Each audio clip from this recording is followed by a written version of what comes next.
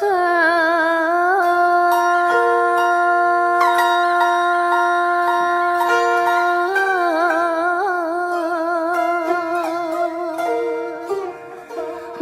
không mưa ở lòng trời, mưa rơi ướt đẫm lời ai.